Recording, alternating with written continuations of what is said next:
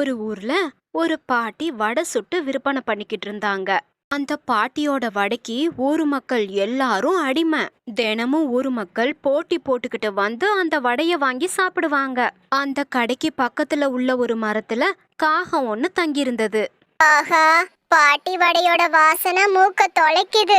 நானும் இந்த பாட்டியோட வடைய சாப்பிடணும்னு பல வருஷமா காத்துக்கிட்டு இருக்கேன். பாட்டிக்கு வயசாகிக்கிட்டே வேற போகுது. பாட்டி சாகிறதுக்குள்ளயாவது அந்த வடைய சாப்பிட்டு பாத்தரணும் அப்படின்னு யோசிச்ச காக்கா நேரா பாட்டி கிட்ட வந்துச்சு. பாட்டி பாட்டி. அட, என்ன இது?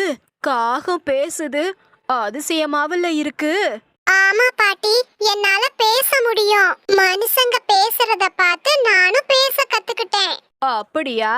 சரி சரி, இப்போ உனக்கு என்ன வேணும்? பாட்டி, நான் பல வருஷமா இந்த மரத்துல தான் தங்கி இருக்கேன். உங்க வடையோட வாசனை தினமும் என்ன சுண்டி இழுக்கும். எனக்கு வடை சாப்பிடணும்னு ரொம்ப நாள் ஆசை.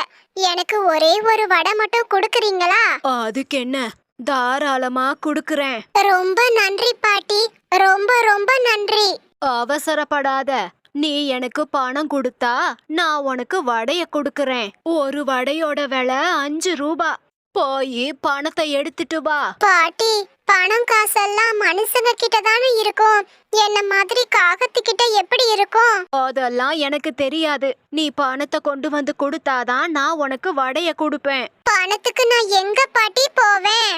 பாரு காகமே, மனுஷங்க அடிக்கடி பணத்தை தவற விட்டுருவாங்க. அந்த மாதிரி தவற விட்ட பணம் எங்கேயாவது கிடக்கும். நீ போய் தேடி அதை எடுத்துக்கிட்டு வா. சரிங்க பாட்டி, நான் போய் தேடி பார்க்கறேன். பாட்டி பேச்ச கேட்டு காகமும் பணத்தை தேடி போச்சு. ஆனா பணம் அதுக்கு எங்கேயுமே கிடைக்கல. ஆனா பணத்துக்கு பதிலா தங்க மோதிரம் கிடைச்சது. பணம் எங்கேயுமே கிடைக்கல, இந்த மோதிரம் தான் கிடைச்சிருக்கு. மனுஷங்க இதெல்லாம் விரும்பி போடுவாங்க. அந்த பாட்டிக்கும் நிச்சயம் இது பிடிக்கும்னு நினைக்கிறேன். அதுக்கப்புறம் காகம் மோதிரத்தை எடுத்துட்டு பாட்டி கிட்ட வந்துச்சு. என்ன, பணம் கிடைச்சதா இல்லையா? இல்ல பாட்டி. அப்படின்னா உனக்கு வடை கிடையாது. இடத்த காலி பண்ணு. பாட்டி, எனக்கு பணம் கிடைக்கல, ஆனா இந்த மோதிரம் கிடைச்சது. அட, இது தங்க மோதிரமாச்சே. இது உனக்கு எப்படி கிடைச்சது? கீழே கிடந்தது பாட்டி, நான் எடுத்துட்டு வந்துட்டேன். இந்த மோதிரம் உங்களுக்கு பிடிச்சிருக்கா? அப்போ இத வச்சுக்கிட்டு எனக்கு வடை தரீங்களா? இந்த மோதிரத்துக்கு ஒரு வடைய தாராளமா கொடுக்கலாம். நீ ஒரு வடைய எடுத்துக்கிட்டு போ. அதுக்கப்புறம் காகம் கூட்டுக்கு வந்து வடைய சாப்பிட்டுச்சு. ஆஹா, இந்த வடை ரொம்ப பிரமாதமா இருக்கு அப்படின்னு ரசிச்சு அந்த வடைய காகம் சாப்பிட்டுச்சு. ஆஹா, தங்க மோதிரம் எவ்வளோ அழகா இருக்கு. பாவம், அந்த காகத்துக்கு இதோட மதிப்பு தெரியல. அதனால ஒரு வடைக்காக இந்த மோதிரத்தை என்கிட்ட கொடுத்துட்டு போயிருச்சு. நாளைக்கும் அந்த காகம் நிச்சயமா வரும். மறுபடியும் ஏதாவது தங்கத்தை எடுத்துட்டு வர சொல்லுவோம். அடுத்த நாள் வடையோட வாசனை காகத்தை சுண்டி இழுத்துச்சு. பாட்டி எதிர்பார்த்தபடியே காகமும் வந்துச்சு. பாட்டி, இன்னைக்கு மட்டும் ஒரே ஒரு வடைய கொடுங்களேன். முடியாது, பணம் எடுக்கிறது உனக்கு கஷ்டமா இருக்கு. அதனால பணம் தேவையில்ல. நேத்து கொண்டு வந்த மாதிரியே தங்க நகைகளை எடுத்துட்டு வா.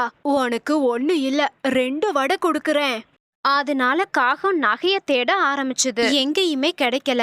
அதனால வீட்டுக்குள்ள பூந்து திருட ஆரம்பிச்சுது. வளையல் இங்கேயே இருக்கட்டும், குளிச்சுட்டு வந்து எடுத்து வச்சுக்கலாம். வீட்டுக்குள்ள யாரு வந்து திருட போறா அப்படின்னு அவங்க குளிக்க போன நேரத்துல காகம் அங்க வந்துச்சு. நகையை எல்லாம் மனுஷங்க வீட்டுக்குள்ளதான் வைக்கிறாங்களா? சரி, இனி வீடு பூந்து எடுத்துட வேண்டியதுதான். நமக்கு வடை கிடைச்சா போதும். அதுக்கப்புறம் காகம் அங்கிருந்து பறந்து போயிடுச்சு. குளிச்சுட்டு வந்தவங்க நகைய காணோன்னு அதிர்ச்சி ஆனாங்க. அட கடவுளே, என் வளையல காணோம். கஷ்டப்பட்டு சேர்த்தத வீட்டுக்குள்ள வந்து திருடிட்டு போயிட்டாங்களே. போச்சு போச்சு, எல்லாம் போச்சு. அதுக்கப்புறம் அந்த வளையல எடுத்துட்டு வந்து பாட்டி கிட்ட கொடுத்து வடை வாங்கிக்கிச்சு காகம். இப்படியே தினமும் நகைகளை திருடிக்கிட்டு வந்து பாட்டி கிட்ட குடுக்கறத வழக்கமா வச்சிருந்தது. பார்வதி, என்னோட செயினை காணோண்டி. அட நீங்க வேற, போன வாரம் என்னோட வளையலும் காணாம போயிடுச்சு. என்னோட தோடையும் கூட காணல. யார திருடுறது? நாம தான் இனி சூதானமா இருக்கணும். யார் திருடன்னு தெரியாம ஊர் மக்கள் எல்லாரும் குழப்பத்துல இருந்தாங்க. அந்த நாட்டோட இளவரசி மோனாலிசா ரொம்ப இரக்க குணம் உடையவங்க. அவங்க பிறந்த நாள் அன்னைக்கு ஊர் மக்கள் யாருக்காவது போய் பண உதவி பண்ணுவாங்க. சொல்லுங்க இளவரசி, இன்னைக்கு இந்த ஊர் மக்கள்ல யாருக்கு நீங்க உதவி பண்ணணும்னு விரும்புறீங்க? ஒரு பாட்டி வயசான காலத்திலயும் வடை சுட்டு நேர்மையா உழைச்சுக்கிட்டு வர்றாங்க. அவங்களுக்கு தான் நான் இன்னைக்கு உதவி பண்ண போறேன். அவங்க வயசான காலத்தை நிம்மதியா கழிக்கணும்னு நான் ஆசைப்படுறேன். அப்படியே ஆகட்டும் இளவரசி, வாங்க நம்ம போகலாம். பாட்டியோட கடைக்கு இளவரசி மோனாலிசா வந்தாங்க. வணக்கம் இளவரசி. இளவரசி பாட்டிக்கு உதவி பண்ண வந்திருக்காங்க. இனி பாட்டி வடை சுட்டு கஷ்டப்பட தேவையில்ல. ஆமா ஆமா, பாட்டிக்கு இன்னைக்கு அதிர்ஷ்டம்தான்.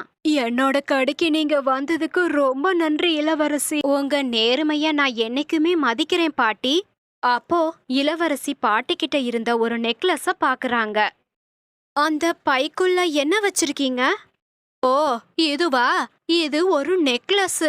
இத நான் ரொம்ப வருஷமா பத்திரப்படுத்திக்கிட்டு இருக்கேன். இளவரசி, இது உங்களுக்கு பிடிச்சிருக்கா? வேணும்னா இதுக்கு உண்டான பணத்தை கொடுத்துட்டு எடுத்துட்டு போங்க. போதும், நிறுத்துங்க. இந்த நெக்லஸ் என்னுடையது. என் தந்தையும் இந்த நாட்டோட அரசருமான வீரபத்திரர் தான் இன்னைக்கு காலையில பிறந்த நாள் பரிசா இதை எனக்கு கொடுத்தாரு. ஆனா நான் உடைகள் மாத்திட்டு வர்றதுக்குள்ள அது காணாம போயிடுச்சு. இதை எப்படி திருடினீங்க? உண்மைய சொல்லுங்க. அட, இந்த வளையல் இது என்னோடையது. இளவரசி, போன வாரம் வீட்ல வச்சிருந்த என்னோட வளையலை யாரோ திருடிட்டாங்க. அது இந்த வளையல் தான். அப்படின்னா இவங்க கிட்ட இருக்க எல்லாமே திருட்டு பொருள் தான் போல. இல்ல இளவரசி, இதையெல்லாம் நான் திருடல. ஒரு காகம் தான் திருடி என்கிட்ட வந்து கொடுத்துச்சு. இதெல்லாம் உங்களோடதுன்னு உரிமை கொண்டாடுனீங்க. ஆனா இப்போ காகம் திருடுச்சுன்னு சொல்றீங்க. என்ன விளாடுறீங்களா? இளவரசி, இதெல்லாம் திருட்டு பொருள் தான், நான் ஒத்துக்கிறேன். என்ன விட்டுருங்க, மன்னிச்சு விட்டுருங்க. வயசான உங்களுக்கு தண்டனை கொடுக்க என் மனசு ஒத்துக்கல. உங்களுக்கு உதவி பண்ணணும்னு வந்தேன், ஆனா நான் அதை பண்ண மாட்டேன். இனியாவது நேர்மையா உழைச்சு சாப்பிடுங்க. பாருங்க, இந்த பாட்டி திருடின நகைகள் எல்லாத்தையும் யாரோடதுன்னு பார்த்து அவங்க கிட்ட ஒப்படைச்சிட்டு நீங்க அரண்மனைக்கு வாங்க. உங்கள் உத்தரவுப்படியே ஆகட்டும் இளவரசி. அதுக்கப்புறம் இளவரசி அங்கிருந்து கோவத்தோட போனாங்க. அப்போத்துல இருந்து பாட்டியோட வடைய யாருமே வாங்க வரல. பாட்டியோ சோகத்துல அழுதுட்டு இருந்தாங்க. அப்போ காகம் அங்க வந்துச்சு. பேராசை பெரு நஷ்டம்னு உங்களுக்கு இப்ப புரியுதா பாட்டி?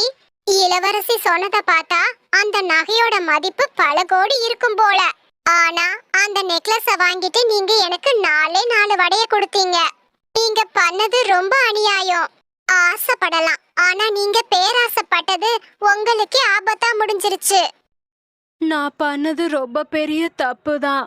பேராசைப்பட்டு இப்போ பெரு நஷ்டத்துல விழுந்துட்டேன். பாட்டி தன்னோட தவற உணர்ந்துட்டாங்க. ஆனா என்ன பண்றது, தப்பு பண்ணவங்க தண்டனைய அனுபவிச்சேதான் தீரணும்.